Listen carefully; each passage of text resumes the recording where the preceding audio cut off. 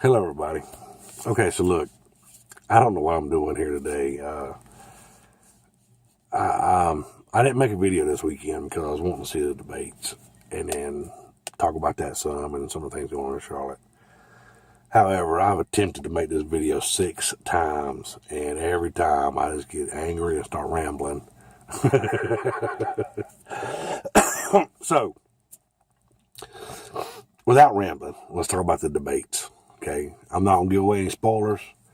If you've not watched the debates yet, I'm not on, but I will talk about a couple things.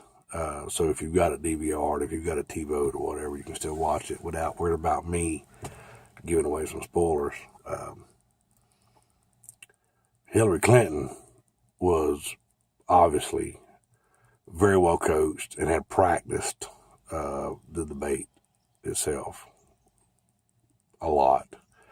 She was very composed, very calm, and you could see, you can still see the crazy. You can see the crazy behind the eyes, but she did a fantastic job of remaining in control.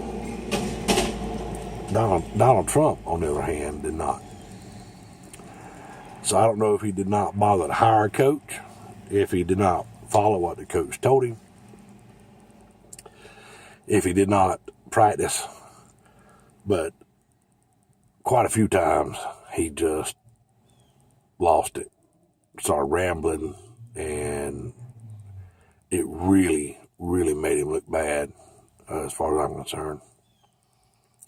The other thing is, before the debate started, the announcer, after introducing Hillary Clinton and Donald Trump, made the announcement that one of these two would be the next president of the United States. Now, personally,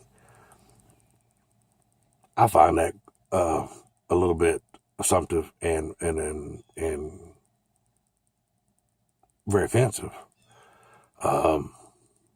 Like it or not, there are 2 other candidates in this race that were not invited to the debate. Now, Jill Stein, I'm sorry to say, I don't believe she has a hope in hell of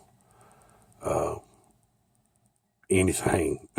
I'm sorry, I just don't. Looking at the poll numbers. Gary Johnson, however, depending on what polls you look at, is carried pretty good.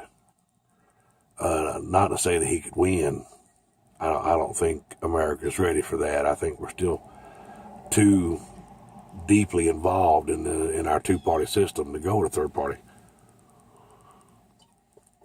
candidate. But doesn't change the fact that we are not a 2-party political system. And as much as the media likes to continue down this path of America as a 2-party political system, a lot of people are not going to know about the other parties. And I find that to be stacking the deck, I guess you could say. Everybody's screaming for change. We need change. Shit's gone bad. Shit's gone wrong. We need change. Yes, we do. Then why are you still fighting over the same 2 idiots? It doesn't matter what outfit you put on them. They're the same 2 idiots. They've been the same 2 idiots for 40 years. Republicans and Democrats. Anyway, that's enough about that. Watch the debate if you haven't watched it. Do your research.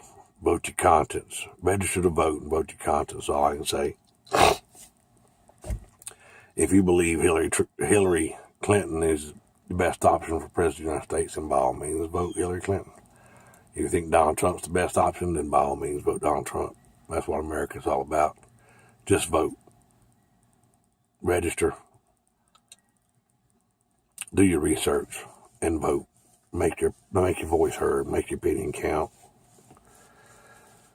Last week in Charlotte, we had a bunch of bullshit going on, protesting turned to riots, and I don't give a damn about the paid agitators. I don't give a damn about the people screaming police brutality. I don't care. I really don't.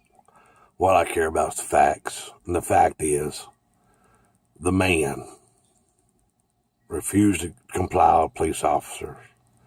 And when he finally complied, he got out of the car, he was armed. And when he was ordered to drop the weapon, he refused to drop the weapon, so the police dropped him. That's the fact. Okay? Got nothing to do with fucking race. It's got nothing to do with economic status. It's got nothing to do with drugs. The facts are the man was armed and did not comply. Okay? You know, talk about some more facts. The man was armed with a stolen weapon.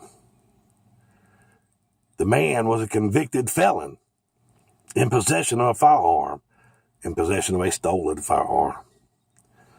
The man was a convicted felon that his wife had gotten a restraining order against him a year ago and had it dismissed a month later.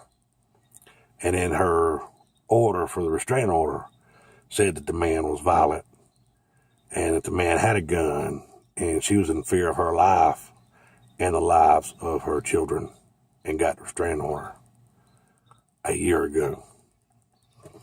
So, convicted felon, in possession of a firearm, refusing to comply with the police department, got his ass shot.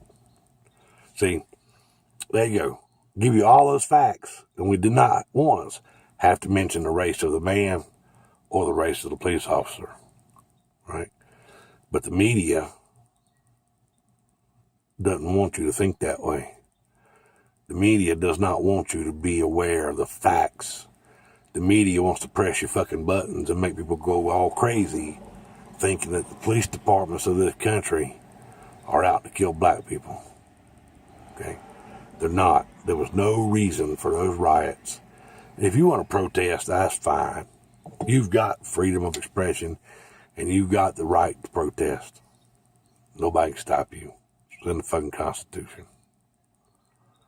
But when you start tearing shit up and you start setting fires and you start impeding the flow of traffic and you create an unsafe situation and you start beating people to death in a parking garage, and when you start robbing trucks on the highway, and when you start setting shit on fire, and when you start shooting other protesters at the protest, that's when you've gone too far. At that point in time, I can tell you right now, if I had been a police officer there, I would be in lots of trouble because I'd have just been bashing skulls to stop that bullshit. So I think Charlotte Police Department showed a lot of restraint in not perpetuating the lie that they are a police department of police brutality. So congratulations to the Charlotte Police Department, because I can promise you, I could never have shown that much restraint. That's just me. You know, I like to think of myself as a peaceful man and not a violent man, but there's been plenty of times in my life I've been pushed to violence, and I don't mind. I don't mind it. If I have to go that route, I'm gonna go that route. But I don't want to go that route if I don't have to. And I think you guys did a fantastic job of trying to protect the city of Charlotte and the citizens of Charlotte without adding into the fear and without adding into the lies that you guys are a bunch of racist bigots and live in a perpetual state of police brutality. So congratulations for that. My wife posted a video on the Uncle Steve page a couple of days ago. If you've not had a chance to watch it, I suggest you go watch it. It goes through a couple of things the media has not bothered to talk about in the last couple of weeks. And it's things that are important. And it's things I've been telling you for months now, that our media, our news media, does not belong to the American people. They belong to the American government. And they're only going to report what the government wants them to report, and they're not going to talk about what the government wants them to talk about. And the lies and the deceit and the behind the curtain bullshit. And that's what all this is about. That's what all this is about. The government is trying to keep us hating each other, you know, blacks hating whites, whites hating blacks, etc., etc. They don't want us talking. They don't want us communicating. They want us at each other's throats so that they can easily come in and take over. So quit falling for the lies. Look behind the smoke. See who set the fire. See what they're trying to hide. And that's the only way that we're going to make America great again. It got nothing to do with Donald Trump. It got nothing to do with Hillary Clinton. It's got it's all about the American people. And when America finally gets tired of being third-rate citizens in a second-rate country, they'll do something about it. Okay. I know at one time this country was great and fantastic and glorious and the leader of the world. And we've not been there in a long time. And it's because of our government. They've allowed us to fall down this rabbit hole.